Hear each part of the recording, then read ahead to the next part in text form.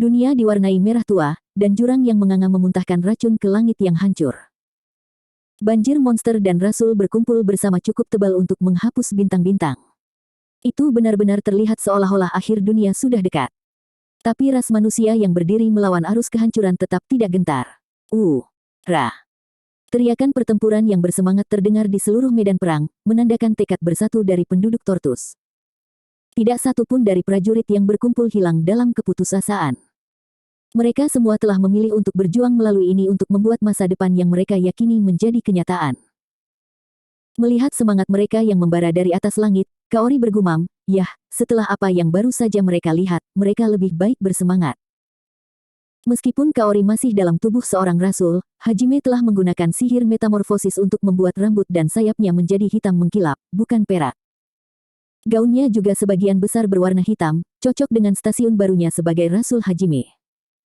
Tak lama setelah pertempuran dimulai, Hajime telah menggunakan dampak meteor gravitasi untuk melenyapkan Gunung Suci. Dia juga menggunakan 7 puls Hyperion miliknya untuk membelah pasukan para rasul. Kaori menyeringai ketika dia memikirkan kembali betapa mudahnya Hajime membuat daging cincang dari tumpukan rasul. Kemudian, berputar, dia melihat ke langit di atasnya dan menatap gerbang yang menuju ke tempat perlindungan Ehid. Itu benar-benar terlihat seperti jalan menuju jurang maut, tapi Hajime dan rekan-rekannya yang lain telah terjun lebih dulu ke dalamnya untuk menyelamatkan Yue. Kaori memiliki keyakinan mutlak bahwa Hajime, Seiya, dan Tio akan berhasil.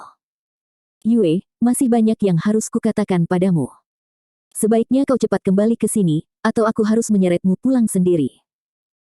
Kaori masih memiliki lebih banyak kekalahan daripada kemenangan dalam pertengkaran reguler mereka atas Hajime, dan dia tidak akan beristirahat sampai dia memimpin. Tetapi sementara dia menjaga nada suaranya tetap ringan, dia benar-benar berharap perasaannya mencapai satu-satunya saingannya dalam cinta. Shizuku-chan, Ryutaro-kun, Susu-chan. 3 temannya yang lain pergi untuk menyelamatkan Kouki Amanogawa, salah satu dari teman masa kecilnya, yang tidak mau menerima kenyataan dan membiarkan dirinya dicuci otak untuk menghindarinya. Dan Susu, khususnya, telah pergi untuk menyelamatkan sahabatnya, gadis yang telah mengkhianati semua orang demi keinginannya sendiri, Eri Nakamura. Terlepas dari semua yang telah dilakukan Eri, Susu tidak bisa begitu saja meninggalkan sahabatnya. Dia tidak ingin menjadi tipe orang yang menyerah pada orang-orang yang dia sayangi. Paling tidak, Susu ingin berbicara dengannya untuk terakhir kalinya.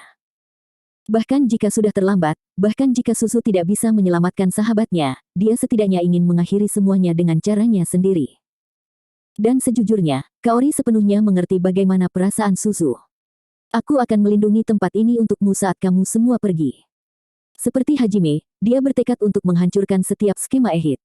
Dia tidak bisa membiarkan dia tertawa terakhir. Tetapi yang lebih penting dari itu, di matanya, dia perlu melindungi rumah yang akan dituju semua orang. Itulah misi yang ditugaskan Hajime padanya. Pasukan para rasul melihat ke bawah, lalu melesat ke tanah seperti rentetan bintang jatuh. Kaori mengacungkan 2 claymore barunya dan berteriak, "Kamu ingin menghancurkan umat manusia? Aku ingin melihatmu mencoba." Menyalin slogannya Hajime tercinta, dia tersenyum tanpa rasa takut kepada mereka. Bab 1. Domain Dewa.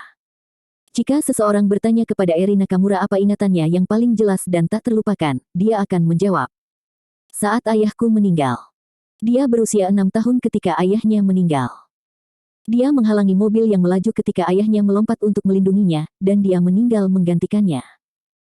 Itu adalah jenis kecelakaan membosankan yang Anda dengar di berita sepanjang waktu. Tapi bagi Eri, itu jauh dari acara yang membosankan. Terutama karena bagaimana sikap ibunya berubah setelahnya. Ibu Eri berasal dari keluarga kaya, dan dia menikahi ayah Eri di luar keinginan mereka. Mereka yang tahu keluarga akan mengatakan obsesi Ibu Eri dengan suaminya berbatasan dengan ketergantungan penuh. Tidak mengherankan, Ibu Eri tidak mampu menanggung shock kehilangan dia. Namun, cara dia putus adalah apa yang membuat cerita ini begitu tragis. Karena dalam keputusasaannya, dia menyalurkan kemarahannya pada putrinya sendiri, Eri. Pada awalnya itu hanya komentar sinis di sana-sini, tetapi tak lama kemudian berkembang menjadi pelecehan fisik dan verbal. Eri melakukan yang terbaik untuk menahan rasa sakitnya. Karena bahkan pada usia 6 tahun, dia mengerti dari mana ibunya berasal ketika dia mengatakan itu semua salah Eri. Memang, Eri bahkan mempercayainya sendiri. Lagi pula, jika bukan karena dia, ayahnya masih hidup. Wajar jika ibunya membencinya. Wajar jika ibunya ingin menyakitinya. Namun, pada saat yang sama, Eri juga percaya bahwa jika dia menahan rasa sakit, maka pada akhirnya ibunya akan kembali menjadi wanita lembut yang dia kenal. Ibu Eri berhati-hati tentang bagaimana dia menyakitinya, dan Eri sendiri tidak pernah mengatakan sepatah kata pun kepada gurunya atau orang dewasa di sekitarnya, jadi tidak ada yang pernah mempelajari sifat bengkok dari hubungan pasangan itu. Tidak dapat dihindari bahwa Eri akhirnya berhenti tersenyum. Lama-kelamaan dia menjadi gadis yang gelap dan murung yang menerima pelecehan apapun yang diberikan ibunya dan menanggungnya. Sebagian besar anak seusianya menganggapnya menyeramkan dan menghindarinya. Dan tentu saja, dia tidak bisa berteman. Keterasingan hanya memperdalam kebencian dirinya dan mencungkil luka yang lebih dalam ke dalam hatinya yang sudah terluka. Dia mendekati batasnya ketika dia dipukul dengan pukulan dahsyat lainnya. Ketika dia berusia 11 tahun, di kelas 5, dia menemukan ibunya telah membawa pulang pria lain. Eri menyaksikan dengan kaget saat ibunya membentak pacar barunya yang preman. Dia tidak bisa mempercayainya. Eri mengira ibunya telah menyakitinya karena dia sangat mencintai ayahnya. Dan di satu sisi, itu tentu saja benar, tetapi ibu Eri bahkan lebih lemah dari yang diperkirakan Eri.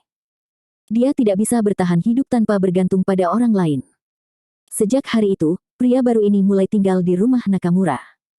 Dia benar-benar sampah. Tidak puas dengan ibu Eri, dia bahkan mengarahkan pandangan mesumnya pada Eri sendiri. Eri harus membuat dirinya sekecil mungkin dan tidak terlalu mencolok untuk bertahan hidup, tetapi itu tidak cukup, jadi dalam upaya untuk melindungi dirinya dari pria itu, dia memotong rambutnya yang dia tumbuhkan untuk menirunya. Ibu tercinta, pendek dan mulai bertingkah seperti anak laki-laki. Sayangnya, itu menyebabkan teman-temannya di sekolah semakin menjauhkan diri. Meskipun dia tidak memiliki teman sejati, teman sekelasnya setidaknya pernah berbicara dengannya dari waktu ke waktu sebelumnya. Tapi setelah dia berubah, mereka menghindarinya seperti wabah. Isolasi yang meningkat mendorong retakan yang lebih dalam ke hati Eri yang terluka. Satu-satunya hal yang menjaga Eri dari kehancuran total adalah harapan dan keyakinan bahwa ibunya pada akhirnya akan kembali ke dirinya yang dulu. Satu-satunya sinar harapan itu mendorongnya maju. Tentu saja, sebagian dari Eri tahu dia hanya menipu dirinya sendiri dan bahwa hari itu tidak akan pernah datang. Tetapi dalam banjir keputusasaan yang dia tenggelamkan, hanya harapan palsu yang harus dia pegang. Namun, tidak ada harapan palsu yang bisa bertahan selamanya.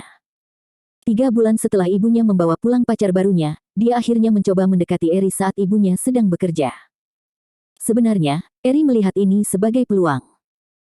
Dia tahu hari ini akan datang pada akhirnya, dan dia berharap jika dia berteriak cukup keras, para tetangga akan menangkap pria itu dan polisi akan menangkapnya. Dengan itu, kehidupan neraka bersamanya akhirnya akan berakhir.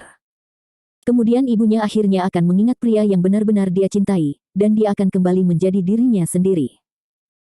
Namun, setelah mimpi buruk berakhir dan ibunya kembali dan melihat apa yang terjadi, Eri menyadari bahwa dia bodoh untuk percaya. Alih-alih mengkhawatirkan putrinya atau meminta maaf karena membawa pulang pria yang begitu buruk, dia malah menghujani Eri dengan kebencian. Sampai hari ini, Eri masih ingat kata-kata pertama yang dikatakan ibunya kepadanya saat itu. Bagaimana kamu bisa merayunya, brengsek?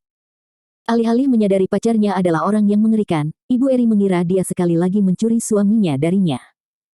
Akhirnya, Eri melihat kebenaran apa adanya. Ibu yang mengkhianati ayahnya, ibu yang terus menyakitinya setelah ayahnya meninggal, ibu yang lebih peduli kehilangan pacar barunya daripada kenyataan bahwa dia telah diperkosa, tidak mencintainya sedikit pun. Sebenarnya, Eri sudah mengetahui hal ini sejak lama, tapi dia tidak mau menghadapi kenyataan. Dia tidak ingin menerima bahwa ibunya yang tua dan baik hati tidak akan pernah kembali. Bahwa wanita pendendam dan pencemburu ini adalah sifat alami ibunya. Semua yang Eri percayai adalah sebuah kebohongan. Tidak ada artinya menahan rasa sakit ini begitu lama. Dan masa depan sama sekali tidak memiliki harapan sama sekali. Pada saat itu, hati Eri hancur total, dan dia kehilangan kesadaran. Ketika dia bangun keesokan paginya, dia menyelinap keluar rumah, berniat bunuh diri. Dia tidak bisa tinggal di sisi ibunya lebih lama lagi. Dalam keadaan fugue, dia tersandung ke jembatan terdekat yang melintasi sungai. Dan saat dia melihat ke bawah ke air yang mengalir di bawah, dia memutuskan di sinilah dia akan mengakhirinya. Dia berharap arus akan membawanya pergi ke suatu tempat di mana tidak akan ada orang. Namun, saat dia naik ke pagar dan bersiap untuk melompat darinya, sebuah suara memotongnya, berkata, "Apa yang kamu lakukan?" Berbalik, Eri melihat seorang anak laki-laki seusianya. Dia mengenakan kaos dan jelas-jelas sedang jogging pagi. Eri mengenalnya dengan cukup baik, karena dia adalah anak laki-laki paling populer di sekolah, Kouki Amanogawa. Melihat keputusasaan di mata Eri, Kouki menduga bahwa dia bertanggung jawab untuk melukai dirinya sendiri dan dengan cepat menyeretnya turun dari pagar. Dengan suara sabar, dia menanyakan apa yang terjadi.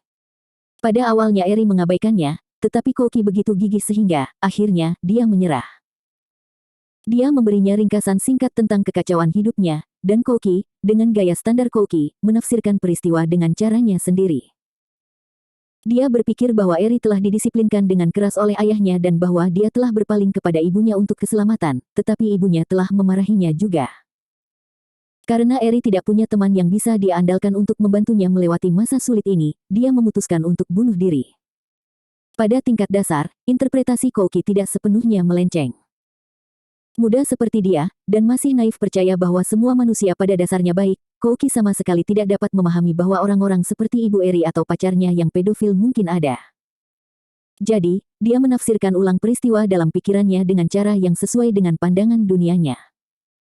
Percaya sepenuhnya pada merek keadilannya sendiri, Kouki telah menunjukkan senyum sempurnanya kepada Eri dan berkata, "Jangan khawatir. Kamu tidak sendiri lagi. Aku akan melindungimu, Eri." Kehidupan Eri sampai saat itu terdiri dari diberitahu berulang kali bahwa dia tidak berharga, jadi mendengar seseorang mengatakan bahwa dia akan melindunginya adalah hal yang baru. Memang, dia sangat membutuhkan kasih sayang apapun sehingga pernyataan Kouki berdampak besar padanya. Itu membantu bahwa Kouki terlihat seperti pangeran tampan, dan dia muncul pada saat yang dramatis tepat ketika Eri akan bunuh diri.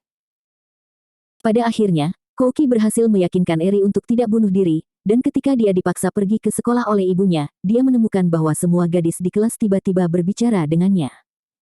Setelah itu, dia mengetahui bahwa ini juga yang dilakukan Kouki. Tidak mengherankan, dia jatuh cinta padanya sebagai hasilnya. Dengan cara yang sama bahwa hal-hal buruk terus menumpuk satu demi satu sejauh ini, hal-hal baik mulai menumpuk sebagai gantinya. Beberapa hari kemudian, layanan perlindungan anak akhirnya muncul untuk menyelidiki penganiayaan ibunya.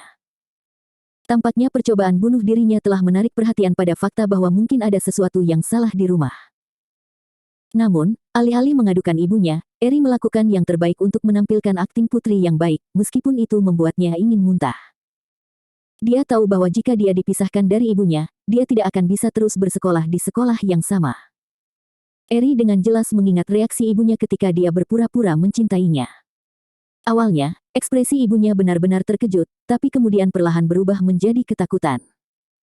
Saat itulah Eri menyadari betapa sederhananya membalikkan dunia seseorang dan membuat mereka menari di telapak tangannya. Hanya dengan tersenyum pada ibunya alih-alih menatap tajam, dia bisa memaksanya untuk mengalihkan pandangan dan terdiam. Suatu kali, Eri pergi ke ibunya dan berbisik, "Apa yang harus saya curi dari Anda selanjutnya?" Mendengar itu, ibunya menjadi pucat pasi dan berlari berteriak keluar rumah. Untuk bagiannya, Eri yakin ini semua berkat Kouki, pangeran bersinar yang bersumpah untuk melindunginya. Karena Kouki telah menyelamatkannya, dunianya telah berubah. Dia percaya bahwa dia istimewa dan dia telah dipilih oleh pangeran tampan ini. Selama dia bersamanya, dia yakin hidupnya akan penuh cahaya dan kebahagiaan. Eri terus mengancam ibunya sampai dia pergi untuk tinggal di tempat lain dan hanya memberi Eri uang saku bulanan. Dan begitu itu terjadi, dia mulai bersiap untuk menyambut Kouki di sisinya. Namun, yang tidak disadari Eri adalah bahwa dia salah memahami orang seperti apa Kouki. Bagi Kouki, Eri hanyalah gadis lain yang seharusnya diselamatkan oleh pahlawan seperti dirinya. Dan di matanya, pekerjaannya selesai saat dia berbicara dengan teman-teman sekelasnya dan meminta mereka untuk bergaul dengan Eri. Dengan cara yang sama bahwa pahlawan wanita yang diselamatkan protagonis jarang muncul di busur masa depan, bagi Kouki, busur Eri sudah selesai, jadi dia tidak perlu lagi berinteraksi dengannya. Eri tidak menyadarinya, dan dia merasa aneh bahwa Kouki memperlakukannya sama seperti dia memperlakukan orang lain. Terlebih lagi, dia gagal menyadari bahwa gadis-gadis lain yang dia selamatkan juga tidak istimewa. Baginya, dia mulai terbakar oleh kecemburuan, bertanya-tanya mengapa mereka berada di sisinya dan bukan dia. Penderitaan masa kecilnya telah menghancurkan hatinya berkeping-keping, dan yang Kouki lakukan hanyalah merekatkan bagian luarnya kembali agar terlihat seperti dia baik-baik saja. Namun, pekerjaan perbaikan yang buruk seperti itu tidak dapat bertahan, jadi hati Eri yang hancur-hancur sekali lagi, kali ini mengirimnya ke spiral kegilaan yang tidak ada jalan keluarnya. Bukankah kamu bilang aku tidak sendirian lagi? Bukankah kau berjanji untuk melindungiku? Jadi, mengapa Anda mengatakan hal yang sama kepada orang lain? Kenapa kau tidak hanya melihatku? Mengapa Anda tidak membantu saya meskipun saya sangat menderita sekarang? Kenapa kau tersenyum seperti itu pada gadis lain? Mengapa Anda melihat saya seperti saya hanya gadis lain? Kenapa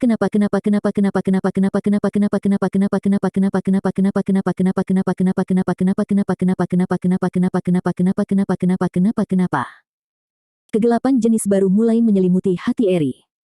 Dia bisa merasakan dirinya tenggelam ke dalam lubang kecemburuan, perlahan tenggelam sampai tidak ada.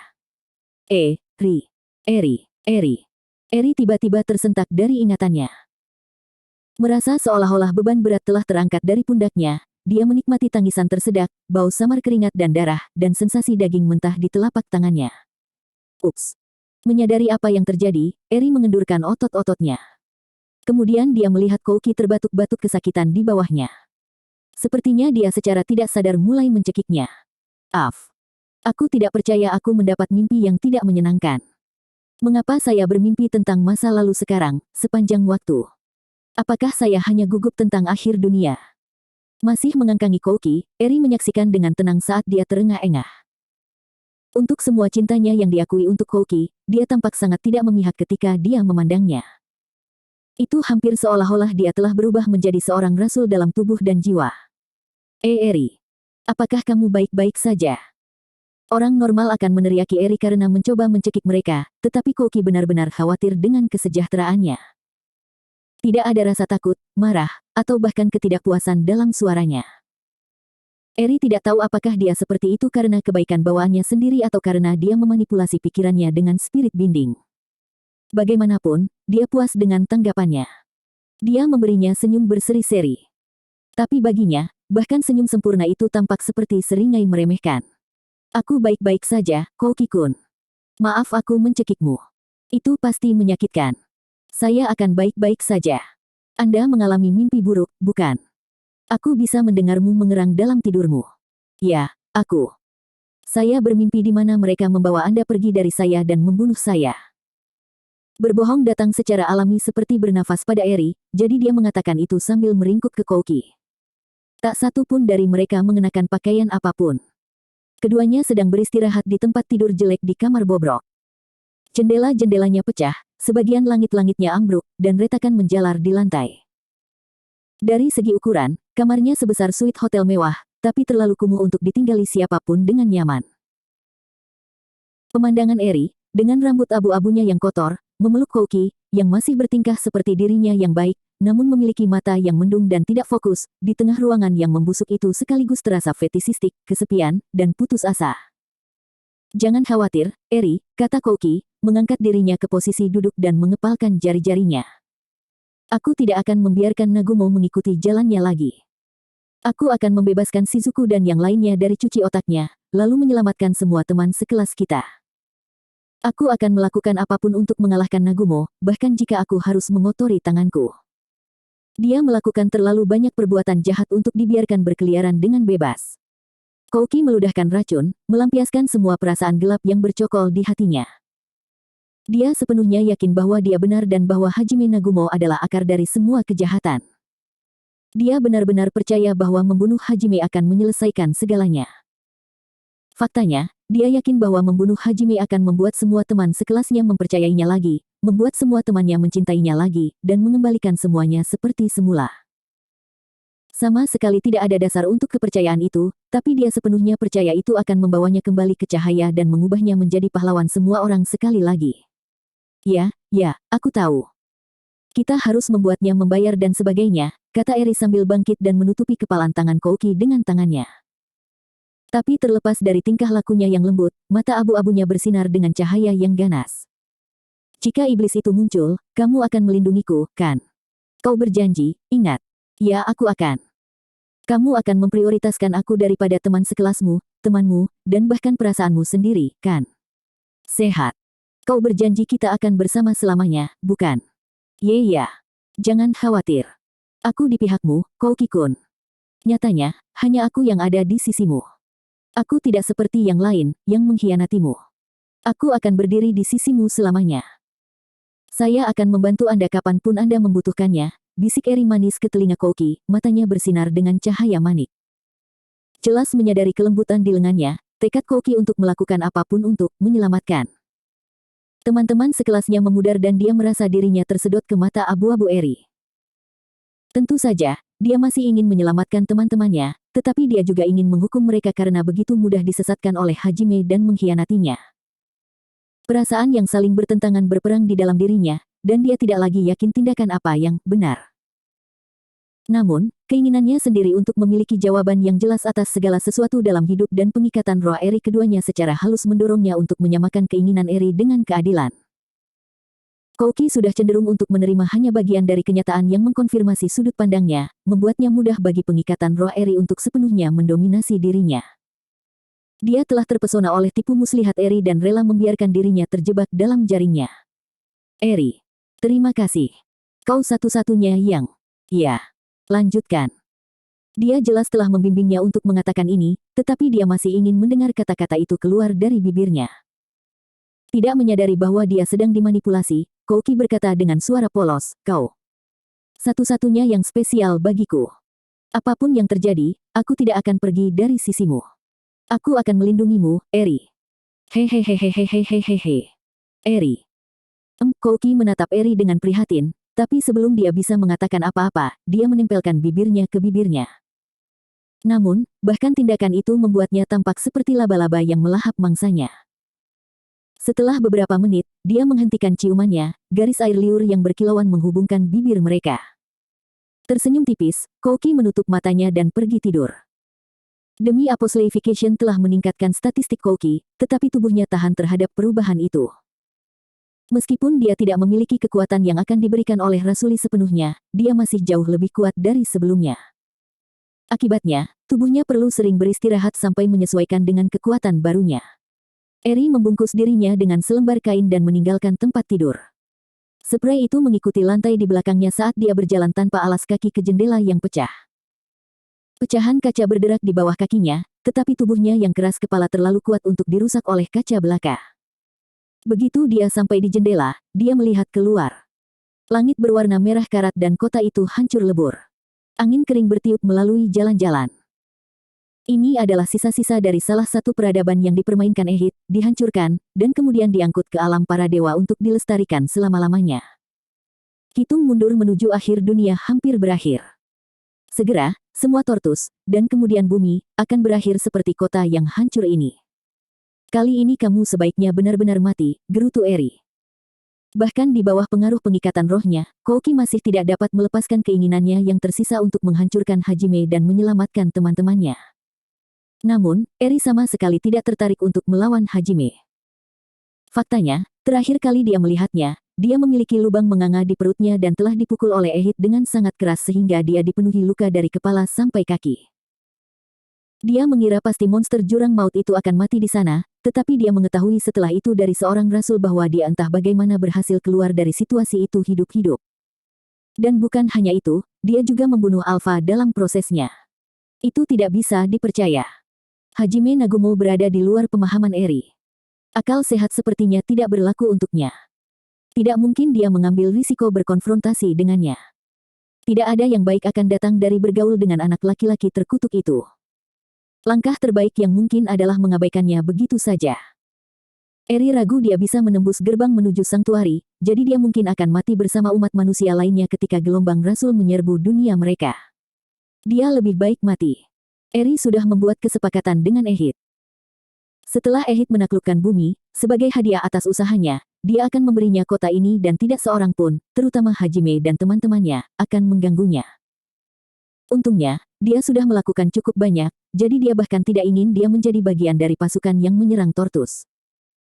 Selain itu, bahkan jika Hajime dan teman-temannya berhasil masuk ke Sanktuari, dia tetap tidak harus menghadapi mereka. Reruntuhan kuno ini adalah yang terjauh dari gerbang Sanktuari, dan secara astronomis tidak mungkin Hajime akan bertemu dengannya dalam perjalanan ke Ehit. Ditambah lagi, dia ragu dia punya alasan untuk mencarinya. Dia tahu Hajime Nagumo tidak tertarik padanya atau Kouki. Dia adalah pria yang rasional, dan jika tujuannya adalah untuk mendapatkan kembali putri vampirnya, dia tidak akan membuang waktu untuk mencarinya. Dan kemudian, ketika dia menghadap Tuhan, Ehit hanya akan menjatuhkannya. Bagaimanapun, untuk semua kekuatan Hajime, dia tidak memiliki kesempatan melawan Ehit. Hampir semuanya menguntungkan Eri di sini. Apapun yang terjadi, kemenangannya sudah pasti. Dan lagi. Menyebar dalam radius 1 kilometer.